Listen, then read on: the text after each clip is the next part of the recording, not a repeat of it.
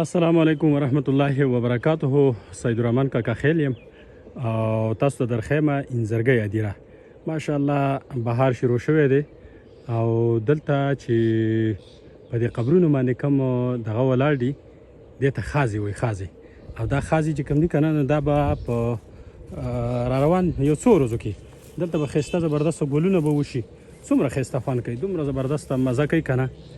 او اخر زمونږ ستاسو چې کوم دی نو اخري انجام بس دغه ادیره ده. دې ادیرې ته به موږ راځو او په دې ادیرو کې به چې کوم دی نو به دغه کېږو.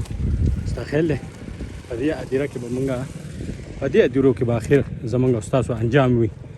نو دا انځرګی ادیره ده او په انځرګی ادیره کې ډېره ښایسته پر امن پر سکون ماحول دی. پر سکون ماحول دی. هغه خلک چې کوم چا په دنیا کې ښه نیک عمل کړي هغه خلکو ته به د هغې اجر و ثواب میلاویږي. هغوی به په جنت کې سیلونه به کوي. کوم چا چې بد عمل کړی نو د هغې بد عمل سزا به ورته میلاویږي.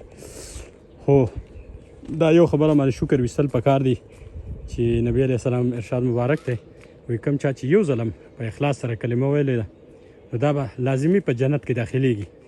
الله پاک دې وکړي چې موږ په جنت کې داخل شو او الله دې موږ ته توفیق راکړي چې موږ د دغه کلمې هغه لاج وساتو، د خپلې مسلمانۍ لاج وساتو او په نیکه لار باندې په سیده لار باندې موږ چې کوم دی خپل وختونه استعمال کړو. نو دا انځرګی ادیره ده او په انځرګی ادیره کې دغه شهر خاموشان چې ورته وایي که نه نو دا هغه شهر خاموشا دی او په کار ده چې یاره موږ د دې ادیرو خیال ساتو چې په دې کې چېرته څاروي نه راځي، په دې کې څوک د دې قبرونو بې حرمتي نه کوي، په دې د پاسه نه ورخیږي، په دې کې لارې نه جوړو. ځکه چې نبی علیه السلام ارشاد مبارک دی وایي که تاسو ته دا پته ولګي چې په دې قبر باندې د ورتللو څومره ګناه ده نو تاسو به په بلو سکروټو باندې ورشئ خو تاسو به په قبر باندې چېرته هم خپې کېنئ. نو دومره ګناه پکې ده. نو کوشش دا کوئ چې په قبرونو باندې خپې مږدئ، په دې کې لارې مه جوړوئ. د کم چا چې عزیز او قارب وفات شوي مور او پلار وفات شوي وي او د دنیا نه هغې خفګان باندې تللي وي د خپل بچو نه، نو تاسو داسې مهرباني کوئ چې د دغه خپل مور او پلار دپاره استغفار وایئ، د خپل ځان دپاره استغفار وایئ او خپل ځانونه په الله پاک باندې وبخئ. ځکه چې که د چا مور د چا نه وفات شوي وي په خفګان کې نو د مور د خپو د لاندې وایي جنت دی او د پلار چې کوم دی پلار مثال دا وایي د دروازې دی، د جنت ته دروازې دی. پلار مثال د جنت ته دروازې دی او د مور د خپو د لاندې جنت دی. نو که چېرته چا نه مور او پلار وفات شوي نو بیا تاسو په خپله باندې اندازه کولی شئ چې د هغې به څومره ګناه وي. نو که تاسو دا پته وي چې یاره ستاسو مور او پلار وفات شوي دي او ستاسو نه په خفګان تلي د هغې په ځای باندې د خپلو ترویانو سره د ترونو سره د خپلو ماماګانو سره د عزیز او قاربو سره د هغې د مور او پلار د یارانو دوستانو سره تاسو ښه حسن سلوک کوئ د دې لپاره چې د هغې اجر و ثواب او ستا مور او پلار ته رسي.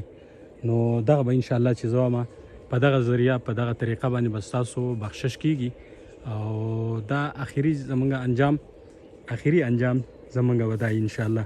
نو کوشش دا کوئ چې یاره په خپلو عملونو کې اخلاص پیدا کوئ او هر یو کار چې نیک کوئ د نیک کار تاسو اراده چې کوم دی نو دا د الله د رضا دپاره کوئ. وایي هر یو نیک کار چې کوم دی که نه دا د خالص د الله د رضا دپاره کوئ. صحیح شو. بل دا ګورئ دا هم د چا هغه خلکو چې یاره دوی به په دنیا کې ځان ته څه ویل که نه نن دا په دنیا کې نشته دی او دوی چې کوم دی نو د دنیا نه رحلت کلی دی د دنیا نه وفات شوي دي. نو د دې خلکو سره به نیک عمل هغه به وله په قبر کې په کار باندې راځي. حضرت عمر رضی الله عنه ارشاد مبارک دی مفهوم یې داسې دی وایي چې ما د نبی علیه السلام نه اورېدلی دي چې دا قبر چې کوم دی دا قبر دا د آخرت د منزلونو نه یو منزل دی، اولنی منزل دی. کم څوک چې په دې کې کامیاب شو نو ټول عمر به چې کوم دی نو د برزخ چې کومه زندګي ده د آخرت چې کومه زندګي ده په هغې کې به کامیاب وي. او که چېرته په دې د قبر په دې اولنی منزل کې ناکام شو نو دا به د ټول عمر دپاره بیا ناکام وي. نو کوشش دا کوئ د دې خپل قبر د تیاری دپاره خپل معاملات خپل اخلاقیات خپل عبادات دا ټول هر څه برابر ساتل پکار دي. دا ټول هر څه برابر ساتل پکار دي او مطلب دا دی چې تاسو خپل معاملات صحیح برابر ساتئ. صحیح شو. په الله پاک باندې خپل ځان وبخئ او د دنیا 2 ورځې ژوندګي ده. ډېره مهرباني. الله مو ښاد او آباد ساته.